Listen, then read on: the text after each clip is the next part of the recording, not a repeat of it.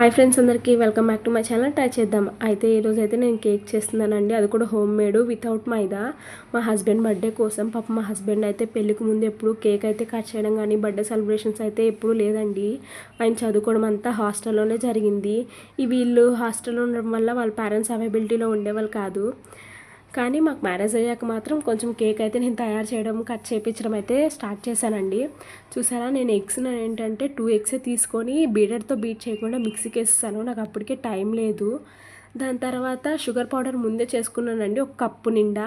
ఆ కప్పులో సగం కప్పు మళ్ళీ కేక్ గుడ్డు కొట్టాను కదండి, అందులోనే వేసి మిక్సీ పట్టేసి కరిగేసేసానండి. కరిగేసి ఇది ఒక దాంట్లో తీసేసుకున్నాను. ఇప్పుడు చూపిస్తున్నాను కదా, అవి వెన్నెలా ఎసెన్స్.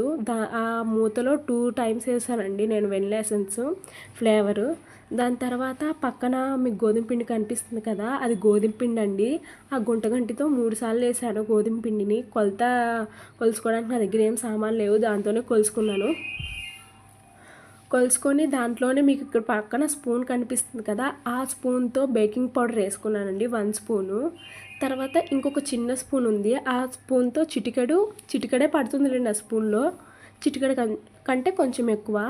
ఆ స్పూన్తో బేకింగ్ సోడా వేసుకొని బాగా జల్లిచ్చేసానండి. కొంచెం ప్లఫీగా వస్తుందని అయితే అన్నారు. నేనైతే వీడియోలో చూసి చేయడమే కానీ నాకైతే ఓన్గా అయితే కేక్ చేయడం అయితే రాదు. ట్రై చేద్దాము అని అనుకుంటున్నాను క్రీమ్తో కూడా. చూసారా, అలా మిక్స్ చేసుకొని జల్లెడ పట్టేసానండి. జల్లెడ పట్టేసిన తర్వాత ఇందులోనే కట్ అండ్ ఫోల్డ్ మెథడ్ ఉంటుంది కదండి, అంటే 1 డైరెక్షన్లోనే పిండిని కలపడం. అలా కలుపుకున్నానండి. కొంచెం థిక్ కన్సిస్టెన్సీ వచ్చింది. అందుకని నేను యూట్యూబ్ వీడియోలో చూసినప్పుడు ఏంటంటే అలా కన్సిస్టెన్సీ వచ్చినప్పుడు కాచి చల్లార్చిన పాలు వేస్తే కరెక్ట్గా మనకి ఏ టెక్స్చర్ కావాలంటే ఆ టెక్స్చర్లో చేసుకోవచ్చు అని అంటే దానికి మిల్క్ యూస్ చేశానండి. మిల్క్ యూస్ చేసిన తర్వాత చూడండి నాకు ఏ టెక్స్చర్ వచ్చిందో. ఆ టెక్స్చర్లోకి రాగానే ముందుగా డస్టింగ్ చేసి పెట్టుకున్నానండి ఆ గిన్నెని. దానికంటే ముందు స్టవ్ పైన ప్రీహీట్ పెట్టేసుకున్నానండి కేక్ కోసం. మా దగ్గర అయితే ఇలా మైక్రోవేవ్ ఓవెన్ అయితే ఏం లేదు, అందుకని నేను స్టవ్వే యూస్ చేశాను. ఇలా ప్రీహీట్ చేసేసుకొని కేక్ మిక్స్ అంతా ఒక బాక్స్లో ఏ షేప్ అలా ఉంటే ఆ షేప్లో బాక్స్లో వేసేసుకొని నేనైతే పెట్టేసుకున్నానండి. పాపం మా హస్బెండ్ బర్త్డే ఎప్పుడు సెలబ్రేట్ చేసుకోలేదండి. ఈవెన్ ఆల్సో ఆయన చదువుకునేటప్పుడు చాక్లెట్లు కూడా ఫ్రెండ్స్ ఎవరికి పంచలేదు. పాపం ఆ రోజు కూడా వాళ్ళ ఫ్రెండ్స్ ఎవరికి నా బర్త్డే అని కూడా చెప్పలేదు. కొత్త బట్టలు కూడా ఏం వేసుకోలేదు. అంటే కొన్ని ప్రాబ్లమ్స్ వల్ల ఆయన కూడా కాంప్రమైజ్ అంటే అయిపోయారు. నాకే బాధేసిందండి. కాకపోతే ఏంటంటే తప్పదు కదా, అందుకనే నేను హోమ్ మేడ్ చేశానండి కేక్. ఈ సర్ప్రైజ్కి అయితే ఆయన ఎంత హ్యాపీగా ఫీల్ అయ్యారో.